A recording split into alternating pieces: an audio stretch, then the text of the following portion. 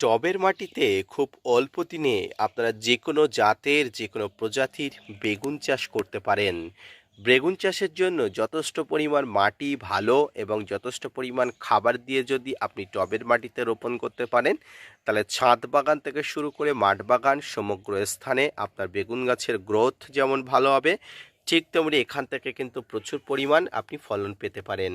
Hello friends, welcome to my channel.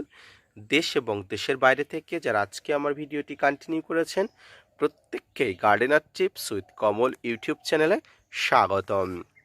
আজকের ভিডিওতে আপনারা জানতে পারবেন যে খুব অল্প দিনে বেগুন গাছের গ্রোথ, পাশাপাশি এর ডালপালা ঝাঁকড়া থেকে শুরু করে বেগুন গাছের সামগ্রিক বৃদ্ধি এবং এখান থেকে সর্বোপরি ফলন নিতে গেলে আপনাকে কি কি পরিচর্যা করতে হবে, কিভাবে সার প্রয়োগ করবেন, তাই নিয়ে থাকছে আজকের ছোট্ট ভিডিওটি। না স্কিপ করে কন্টিনিউ করুন।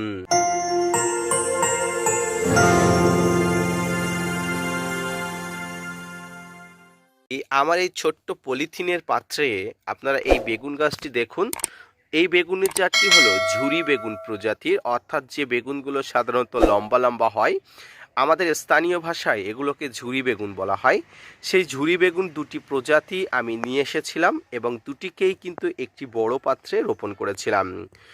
অল্প দিনেই, অর্থাৎ প্রায় 10 থেকে 15 দিন বা খুব সর্বোচ্চ হলে 20 দিনের কাছাকাছিতে বেগুন গাছ দুটির গ্রোথ দেখুন এবং সম্পূর্ণ সুস্থ সবলভাবে কিন্তু বেড়ে উঠছে।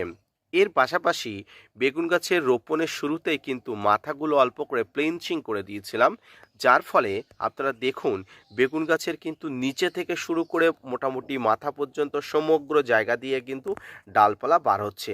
আপনারা দেখুন বেগুন গাছের সব জায়গা দিয়ে কিন্তু শাখা পোশাখা বার হচ্ছে। এই প্লেনচিংটা আপনাদের করতে হয়, কারণ সিঙ্গেল ডাল থেকে অনেকগুলো ডাল পেতে গেলে আপনাকে বেগুন গাছে প্লেনচিং করতে হয়। এই প্লেনচিং করার আগে আপনাকে যেটা অবশ্যই মনে রাখতে হবে, এমন একটি মাটিতে বেগুন রোপণ করতে হবে যেখানে না জমে বেশি জল এবং না থাকে বেশি খটখটে, এমন একটি মাটি। টবের মাটিকে আপনারা সেইভাবেই আপনারা অবশ্যই তৈরি করবেন। এখানে আপনি অল্প করে যদি বালি, সাদা বালি মিশিয়ে নিতে পারেন তাহলে খুব ভালো হয়। এবং এই মাটির সঙ্গে অবশ্যই সমস্ত ধরনের ভার্মি কম্পোস্ট, সমস্ত ধরনের খাবার অর্থাৎ জৈব খাবার বেগুন গাছ কিন্তু খুব ভালো পছন্দ করে। আপনারা পাতা পচা সার, ভার্মি কম্পোস্ট যে কোনো কিছু কিন্তু মিশিয়ে নিতে পারেন, ঠিক তেমনটি মিশিয়ে নিয়েছিলাম। এবং সবচেয়ে বড় জিনিস হচ্ছে বেগুন গাছ খুব পটাশ ভক্ত, অর্থাৎ পটাশ সার কিন্তু বেগুন গাছ খুব ভালো পছন্দ করে। তাই কিন্তু আপনারা এই মাটি তৈরি করার সময় আপনারা যদি পটাশ অর্থাৎ এমওপি খুব ভালো করে মাটির সঙ্গে মিশিয়ে নিয়ে যদি গাছ রোপণ করতে পারেন, তাহলে কিন্তু খুব ভালো হবে গাছ, এবং গাছ দ্রুত বৃদ্ধি হওয়ার সম্ভাবনা থেকে যায়, যেমনটি আমার গাছটি হয়েছে। এর পাশাপাশি বেগুন গাছের মাটিতে সার দেওয়ার পরে, রোপণের পরে আপনারা 1 মাস পর থেকে গাছের গোড়াতে খাবার দেবেন। যদিও আমি বলেছি ভিডিওর শুরুতেই আমার গাছটি প্রায় 20 থেকে 25 দিনের কাছাকাছি বয়স হয়েছে, তাই এখনও পর্যন্ত কিন্তু এখানে কোনো সার দেইনি, শুধুমাত্র জল কম বেশি দিয়ে গেছি। এর ফলে কিন্তু গাছটি দেখুন, গাছটি কিন্তু খুব সুন্দরভাবে বেড়ে উঠেছে। আগামীতে এই গাছ থেকে কিন্তু প্রচুর পরিমাণ ফলন পাওয়ার একটা সম্ভাবনা দেখা দিচ্ছে। বেগুন গাছের রোপণ থেকে শুরু করে বেগুন গাছের মোটামুটি শেষ, অর্থাৎ শেষ পরিণত দশা পর্যন্ত চারি সময় কিন্তু বেগুন গাছে প্রচুর পরিমাণ কীট পতঙ্গর আক্রমণ ঘটে। এখানে লাল মাকড়, মাইটস, ট্রিপস, বিভিন্ন ধরনের সমস্যা, সাদামাছির আক্রমণ ঘটে। এই ধরনের সাদামাছির আক্রমণ, মাইটস, ট্রিপস, লাল মাকড়ের আক্রমণ কিন্তু বেগুন গাছকে জর্জরিত করে দেয়, গাছের গ্রোথকে বন্ধ করে দেয়। তাই কিন্তু এখানে প্রতিনিয়ত আপনাকে জৈব বা রাসায়নিকভাবে কীটনাশক প্রয়োগ করতে হবে। জৈবভাবে কীটনাশক প্রয়োগ করতে চাইলে কাকা পেস্টিসাইড প্রয়োগ করতে পারেন, আরও বিভিন্ন ধরনের যে পেস্টিসাইডগুলো আছে এগুলো প্রয়োগ করতে পারেন, বাড়িতে হলুদ গুঁড়ো জল প্রয়োগ করতে পারেন। কিন্তু বেগুন গাছের ক্ষেত্রে কিন্তু দ্রুত কাজের দরকার, তাই কিন্তু আপনাকে একটু রাসায়নিক কীটনাশক প্রয়োগ করতে হবে। এক্ষেত্রে সাইপারমেথ্রিন গ্রুপের, প্রোপেক্স সুপার, ইমিডাক্লোপিড গ্রুপের বা আরও যে বিভিন্ন ধরনের কন্ট্যাক্ট পেস্টিসাইডগুলো আছে সেগুলো কিন্তু প্রয়োগ করতে হবে। এর পাশাপাশি বেগুন গাছে বিভিন্ন ধরনের ছত্রাকজনিত সমস্যা দেখা যায়। এই ছত্রাকজনিত সমস্যার আক্রমণ দূর করার জন্য আপনাকে অবশ্যই ফাঙ্গিসাইড প্রয়োগ করতে হবে। সাপ, ম্যানসাপ, ব্যাবিস্টিন, ডেডোমিনগোল, ব্লাইটক্স, ব্লু কপার, অ্যাম্পাটিফাইভ, আপনার কাছে থাকা যে কোনো ধরনের ফাঙ্গিসাইড আপনি সপ্তাহে একবার করে কারণে অকারণে আপনি সমগ্র বেগুন গাছ স্প্রে করতে পারেন, বেগুন গাছের মাটিতে দিতে পারেন।